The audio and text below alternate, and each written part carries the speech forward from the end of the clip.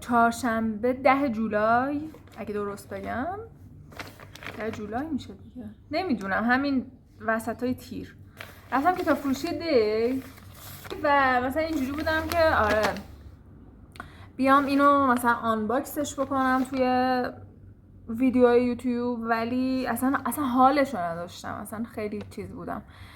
ولی کاری که کردم، تقلبی کردم این هایلایتره رو که عاشقشم، اینو ببین، اینو برای کتاب و اینا مثلا هایلایت کنم، خیلی خوشم اومده جدیدن. اینو از اینجا که سوراخ شد اینو برش داشتم، ولی کتابو تو اینه. در نتیجه الان میای با همین آنباکسش میکنیم. خیلی خوشم میاد از این کار دی.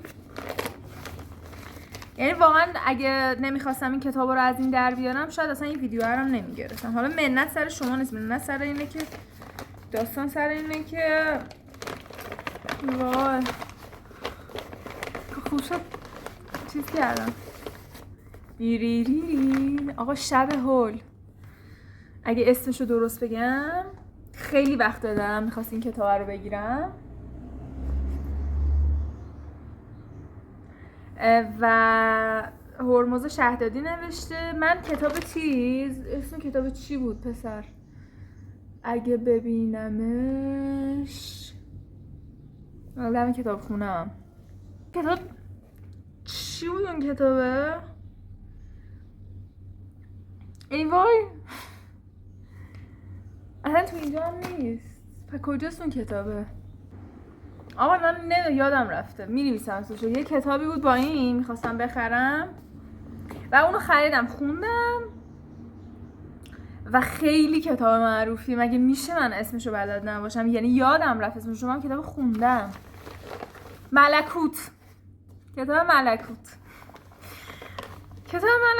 یه دختری بود تو اینستاگرام اسمش زینب بود. بعد من خیلی عاشق پیج این بودم و بعد ماجرای مهسا امینی دیگه فعالیتی نکرد و من یادمه که یه استوری داره، حتی شاید استوری هم داشته باشم اسکرین شاتشو، این کتاب و کتاب ملکوت رو مثلا خیلی بهش علاقه داشت.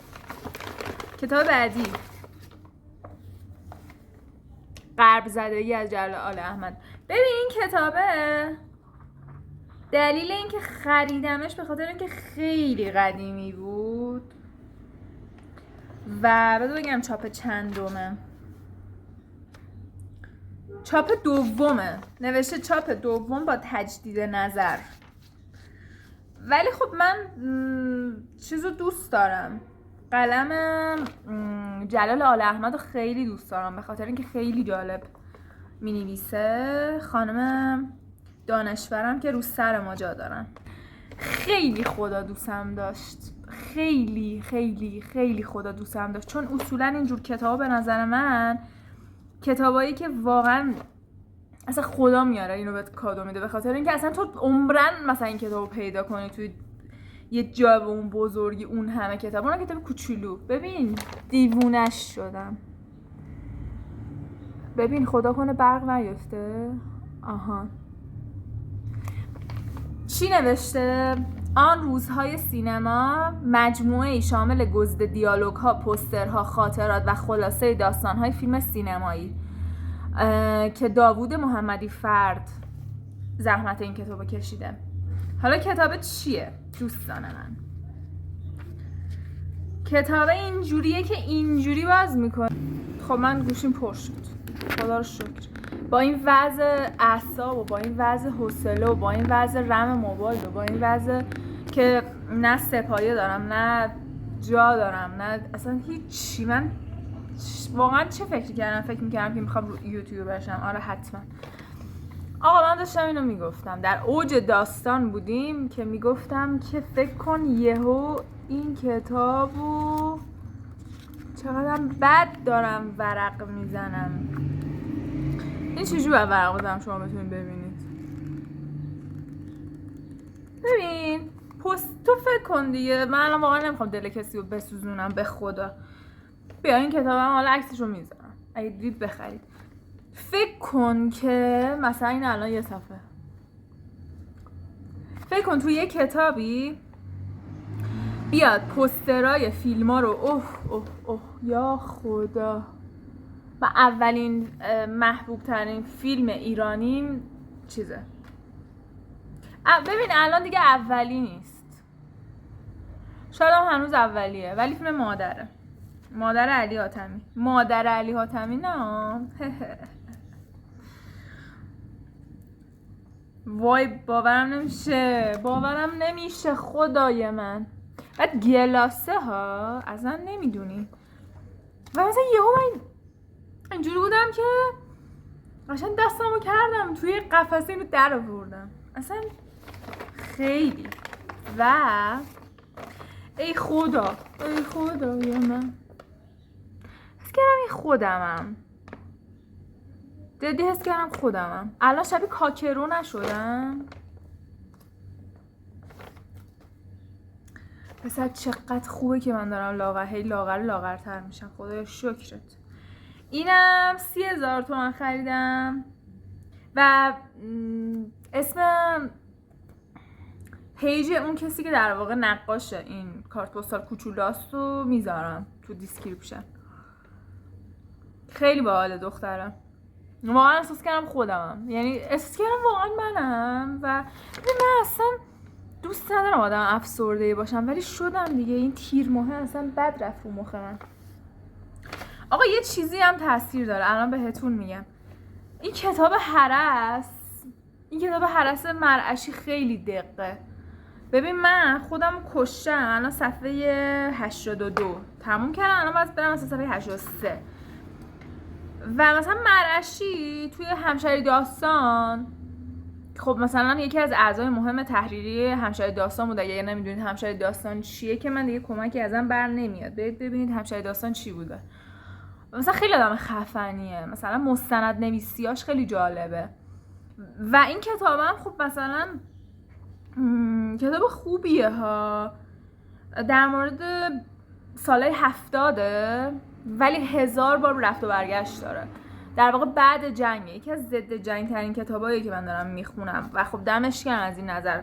داستان بسیار زیباییه، رفت و برگشت غافلگیرت میکنه تا بفهمی اصلا چه خبر شده. خیلی طول میکشه و ولی وقتی که میفهمی چه خبر شده واقعا جالبه ها.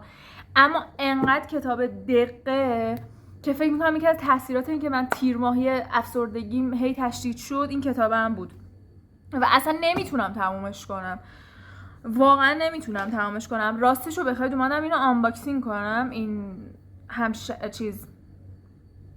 کتاب فروشی دیو، که بشینم اینو شروع کنم بابا.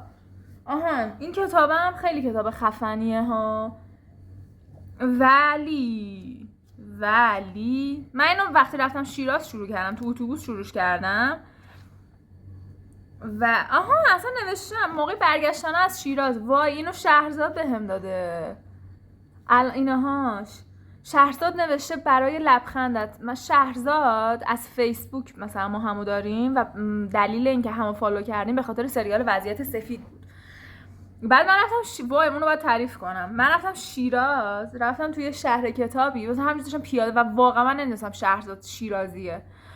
و رفتم توی شهر کتابی گفتم که می‌خواستم واسه خواهرم سعدی بخرم، خدا کنه تایم گوشیم پر نشه. بعد برگشتم به دختری گفتم که ببخشید من کتاب سعدی رو می‌خواستم. و اینجوری شد مهسا شهرزاد بود. دمش گرم منو شناخت. و گفتم وای شهرزاد.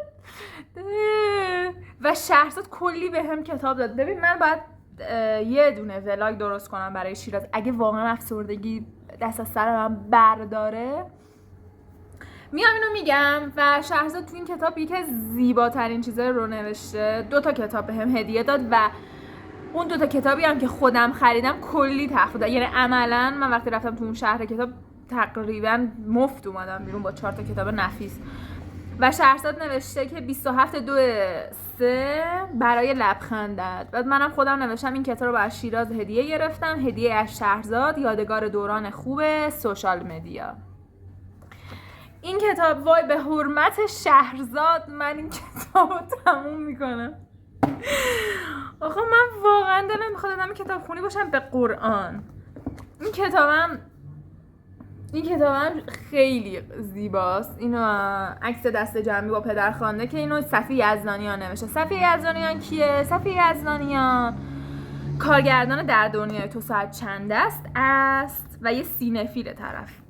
اینم دوتا هم دفترچه خریده بودم از انقلاب. اینو که من اصلا زمستون خریدم و عاشق این دفترم به خاطر اینکه توش کلی چیزای زبان نوشتم. رفتم یه کتاب دارم تون حرف میزنم که پر نشه گوشیم.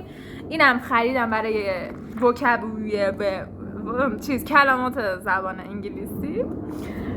و این که خیلی من دوست دارم این کتابای زبانو.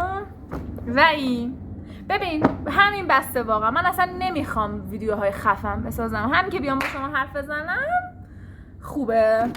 اینم دارم میخورم. خدافظ.